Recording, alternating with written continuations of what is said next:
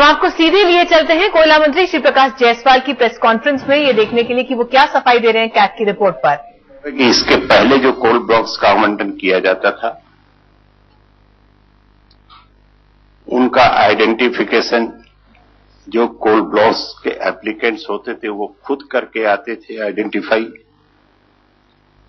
और coal blocks का आवंटन कराते थे।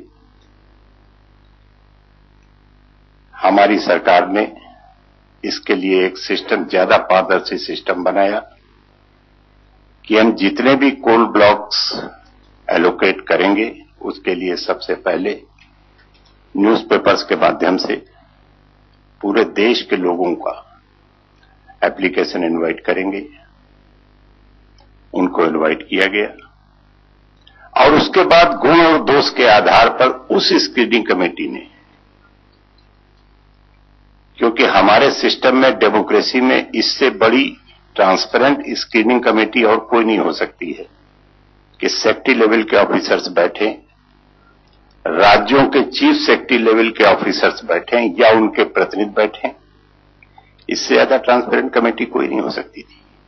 गुण दोष के आधार पर उन कोल ब्लॉक्स का आवंटन करें और किया गया, जिसका परिणाम ये हुआ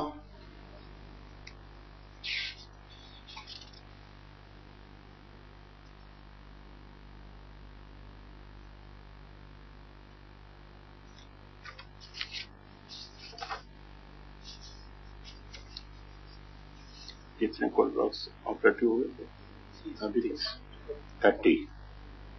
30 कोल ब्लॉक्स, उनमें से अभी तक टोटल जो एलोकेशन हुए हैं उनमें 30 कोल ब्लॉक्स ही केवल ऑपरेटिव हुए हैं।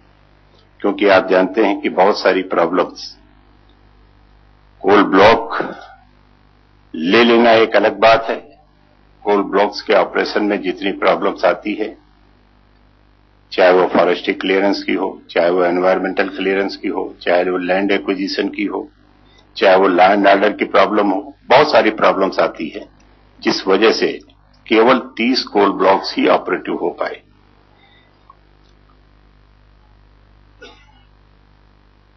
लेकिन जिन 57 कोल ब्लॉक्स को एलोकेट किया गया जिसमें कि कैग की आपत्तियां हैं, अगर उनको ही केवल देखें तो उनमें से केवल एक कोल ब्लॉक ऑपरेटिव हुआ है।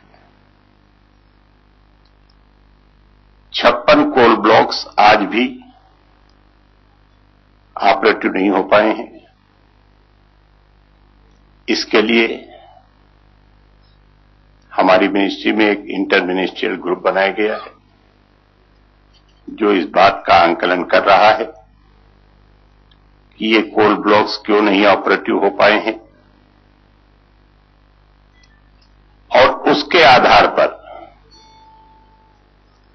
बहुत सारे कोल ब्लॉक्स होल्डर्स को एडवाइजरीज भी दी गई है, बैंक गारंटी भी काटी जा रही है, और कोल ब्लॉक्स को डी एलोकेट कर भी किया जा रहा है।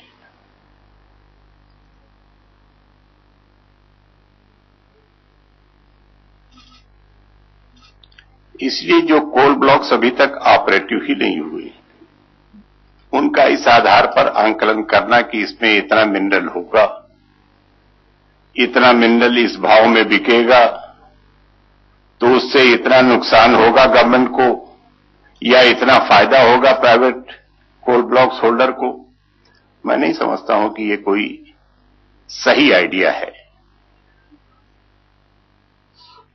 फिर भी जो इसके पीछे मकसद था, उस मकसद को पूरा करने के लिए सारे कदम उठाए गए थे। जैसे कि पावर सेक्टर में जितने कोल ब्लॉक्स दिए गए हैं, ये सुनिश्चित कर लिया गया है कि जो 100% पीपीए साइन नहीं करेगा, उनके कोल ब्लॉक्स डी एलोकेट कर दिए जाएंगे।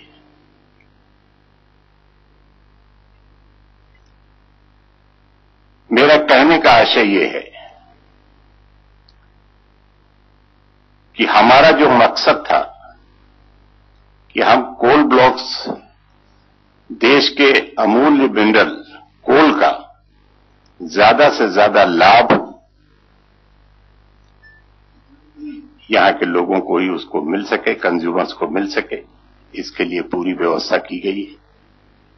जहां तक 2 coal block coal to liquid के लिए दिए गए हैं, आप बहुत अच्छी तरीके से जानते हैं कि ये एक ऐसी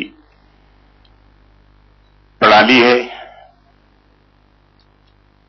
कि हमारे यहां, हमारे देश में अभी तक कोई भी ऐसा तरीका नहीं है कि हम कोल टू लिक्विड को बना सकें।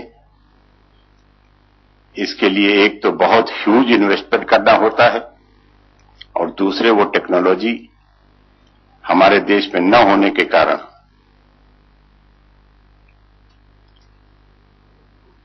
विदेश से वो टेक्नोलॉजी भी लानी पड़ेगी। जो 2 कोल ब्लॉक टाटा और जिंदल को दिए गए हैं, उसके पीछे आशय केवल इतना है कि हमारे देश में क्रूड की जो कमी है, उस क्रूड की कमी को हम पूरा कर सकें और एक बार उस टेक्नोलॉजी से अगर हमको कोल टू लिक्विड बनाने में सफलता मिल जाती है